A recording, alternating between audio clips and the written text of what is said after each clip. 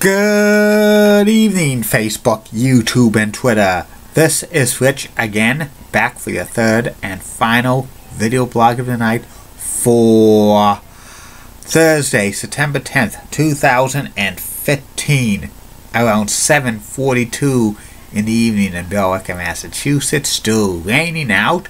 We're getting doses of some rain, which is pretty good because we're in a drought, kind of. Some news to report. Texas Rangers outfielder Josh Hamilton has to have arthroscopic surgery on his knee. He's hopeful he returns by the end of the year. The Texas Rangers are in the middle of a pennant race for the American League West and the American League Wild Card. Great American Ballpark will probably be sold out soon for the Cincinnati Reds because it's Pete Rose bobblehead doll night. So that's what's going to get all the fans there. The Cincinnati Reds suck this year. And Sam Mitchell is going to be the interim head coach of the Minnesota Timberwolves while Flip Saunders is on medical leave. And that's about it on the news. My third and final video blog subject of the night is about the late great owner of the Boston Celtics and Boston Bruins, Walter Brown. Walter Brown was one of the most famous owners in Boston sports history. He was involved in so many things, and he was a very influential person in hockey and basketball. Walter was born in Hopkinton, Massachusetts, and he grew up in the Boston area. He went to Boston Latin High School and Phillips Exeter Academy. After he finished school, he got involved in hockey. He coached the amateur hockey team, Boston Olympiacs team of the Eastern Hockey League, to several championships and stuff. And he also coached the U.S. junior teams in 1930s and stuff. He was very influential in hockey. He was a great coach and stuff, but he never got a chance to coach in the NHL because they only had 7-8 teams back then and stuff. Then he managed the Boston Garden for years, eventually became owner of the Garden, and he formed the Ice Capades with a lot of other arena owners during the time. The Ice Capades was an ice show in the 1940s, and they did this to fill up dates for the arenas because back then they only had NHL hockey in some of the arenas and stuff like that. And also, Walter was president of the International Hockey Federation for years in the 1950s and stuff like that.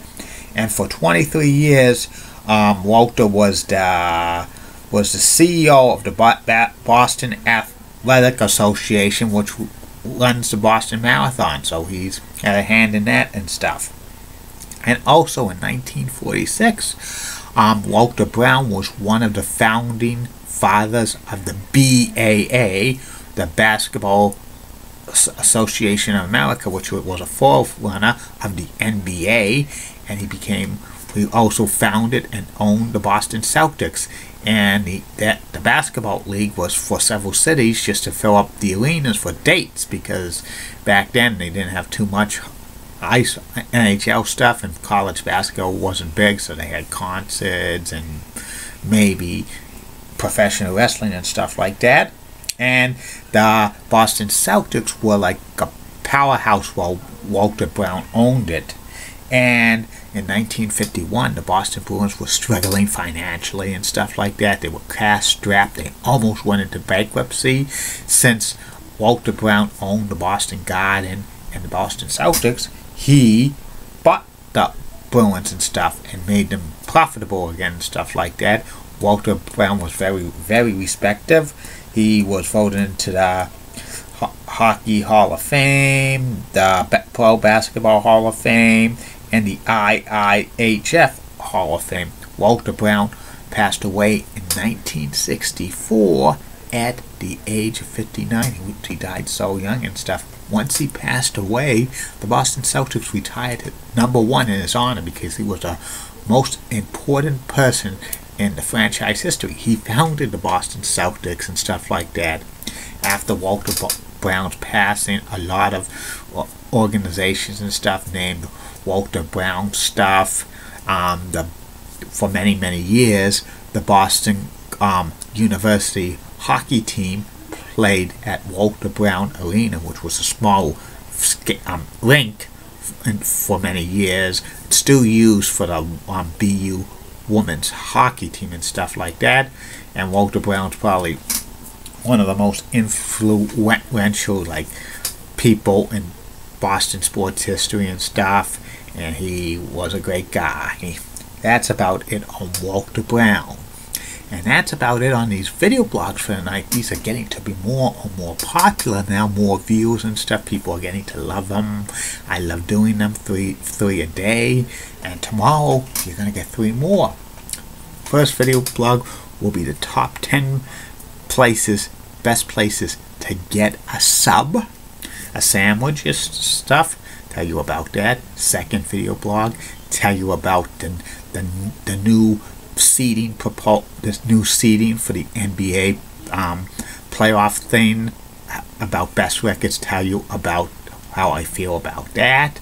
And the third and final video blog of the night will be about Hockey Hall of Famer, the Russian Rocket, Pavel Bure. And Saturday is going to be my fantasy booking scenario, 1999. I'm going to pretend the fantasy booking scenario will be somehow Bret the Hitman Hart comes back to WWE after, not liking the politics in WCW and reforms the Hart Foundation to feud with Vince McMahon and DX and stuff like that. This is going to happen in 1999. This is going to be real interesting and stuff. And if you expect the fantasy booking to return with such stuff as steel cage matches between John Moscone and Dr. Thomas Sharkey, or evening gown matches between Julie Broughton and Heidi Pratt, that's not going to happen, because that's in the past.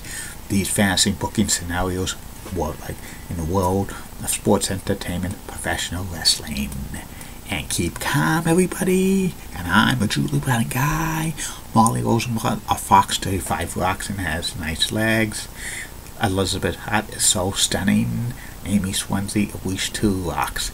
And in the words of Peter Courtney, the late great Peter Courtney, former maintenance guy at Hart Hanks, white coats are coming. See you later, Facebook, YouTube, and Twitter. Bye now.